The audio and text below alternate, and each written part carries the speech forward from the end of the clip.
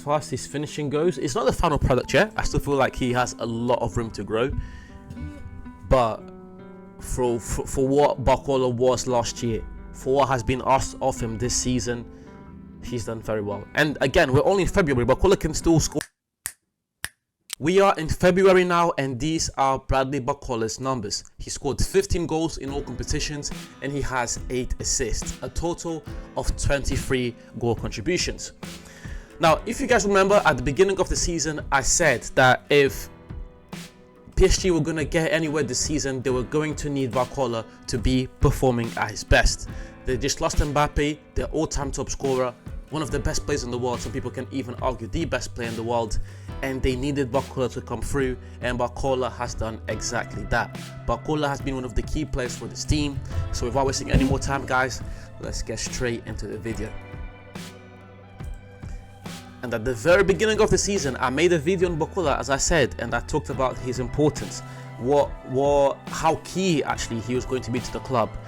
We reacted to his strengths from last season. We saw he's like a textbook winger in the sense that he's very fast. He likes to be a player on a one-on-one, and the key thing that he was going to have to improve on this year was going to be his finishing, and Barcola has done exactly that. At the end of the video, or more towards the end of this video, we're gonna go on FBRF, because I know a lot of people don't like to look at the actual numbers. They just like to see me react. So for those of you that are going to stay to the end of the video, I am going to look into his FBRF numbers, that is his football reference numbers, and we're going to see how impactful Barcola is on a game-to-game basis. Especially in that game against Man City, you can begin to see that even in the big moments for this team, he has been extremely impactful.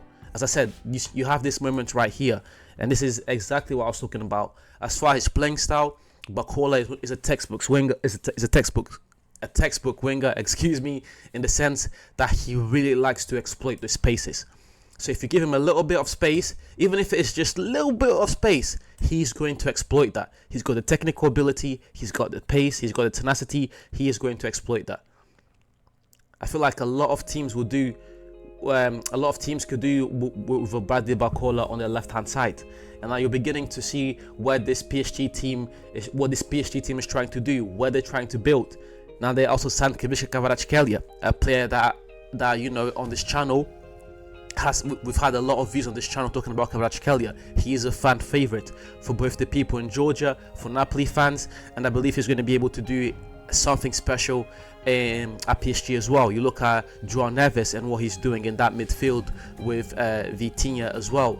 Like, this PSG team is rebuilding in the right way. This is something that I always say in team sports. If your team is not competing, you need to be rebuilding, and PSG done that. I feel like their rebuild is over, really and truly, because they are at the top of the league, and they've got some key players. I generally believe that PSG's rebuild is over because they've done the right thing. They went through the growing pains last year, knowing that Mbappe was going to leave and letting go of Mbappe. This rebuild really and truly started last year, with them letting go of Neymar, letting go of Messi, letting go of Mbappe, and now they were able to allow these young players to come through. They've done the right thing. I always say this: if your team is not competing, you have to rebuild. There's no point on you just being a mediocre team. You need to be able, you need to maximize your efforts. And players like Barcola are the types of players that you need in your team to lead the rebuild phase.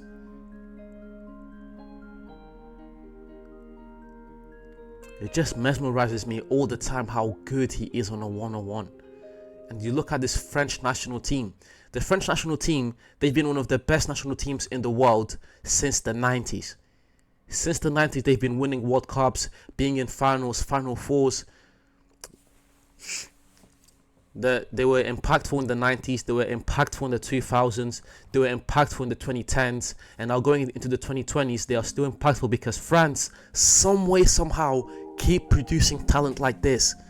It is so impressive how France keep producing talent like this.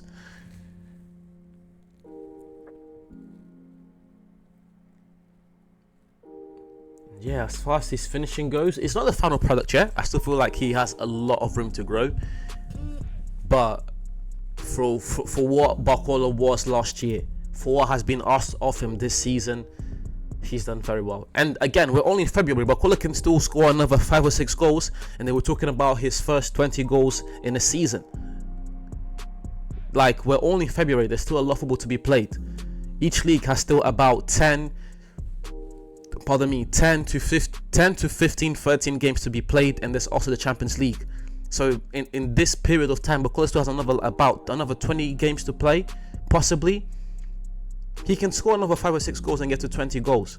Like, he's done extremely well. He's outdone himself, and he's done very well to be in a position now to a PSG, are able to compete, but they can bring in new pieces that fit around the playing style of their stars. But I feel like we've already seen enough. What I want to do now, guys, is I want to go to FBRF. We're going to go to FBRF and we're going to look at his stats, because Barcola's numbers are also just as impressive. They are just as impressive, and you're going to see it now. Bradley Barcola right here. Per 90 across Europe's top 5 leagues. As far as non-penalty XGs, he's averaging 0.4, almost 0.5 per 90, which puts him in very elite company. 96th percentile. Assisted goals at 0.3, 97th percentile.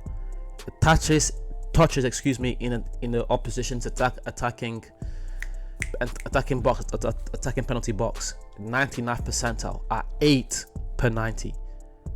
Progressive passes at 14 per 90. This is a player that whenever he gets the ball, he's looking forward, he's looking to attack, he's being aggressive. Progressive carries at 5.6 per 90, which puts him in the 90th percentile.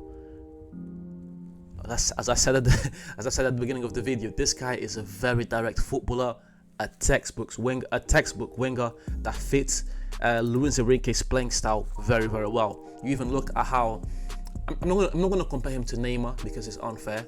Neymar's one of the greatest football players to have ever played the game. It's going to be unfair. And with Neymar, Enrique was able to win the quadruple. But you look at the way Luis Enrique likes to play. He likes his wingers to be forward, and when he had Neymar in 2015, 2016, 2017, he was able to build a team that was extremely efficient offensively. As much as Enrique likes this possession football, he also does extremely well with wingers that, again, like Barcola, are able to have 5 progressive carries per 90, 14 progressive passes, 8 touches in the opposition's box, who is on the 96th percentile for non-penalty XGs. We are seeing it in the videos, we are seeing it on a game-to-game basis, and the numbers help to back it up. Barcola is a very special talent, and PSG have done very well to get him. But anyways, guys, I appreciate you watching the video to the end. Please leave a like, comment, subscribe, share, do all these things to please help me grow this channel. And as per usual, guys, I'll see you soon.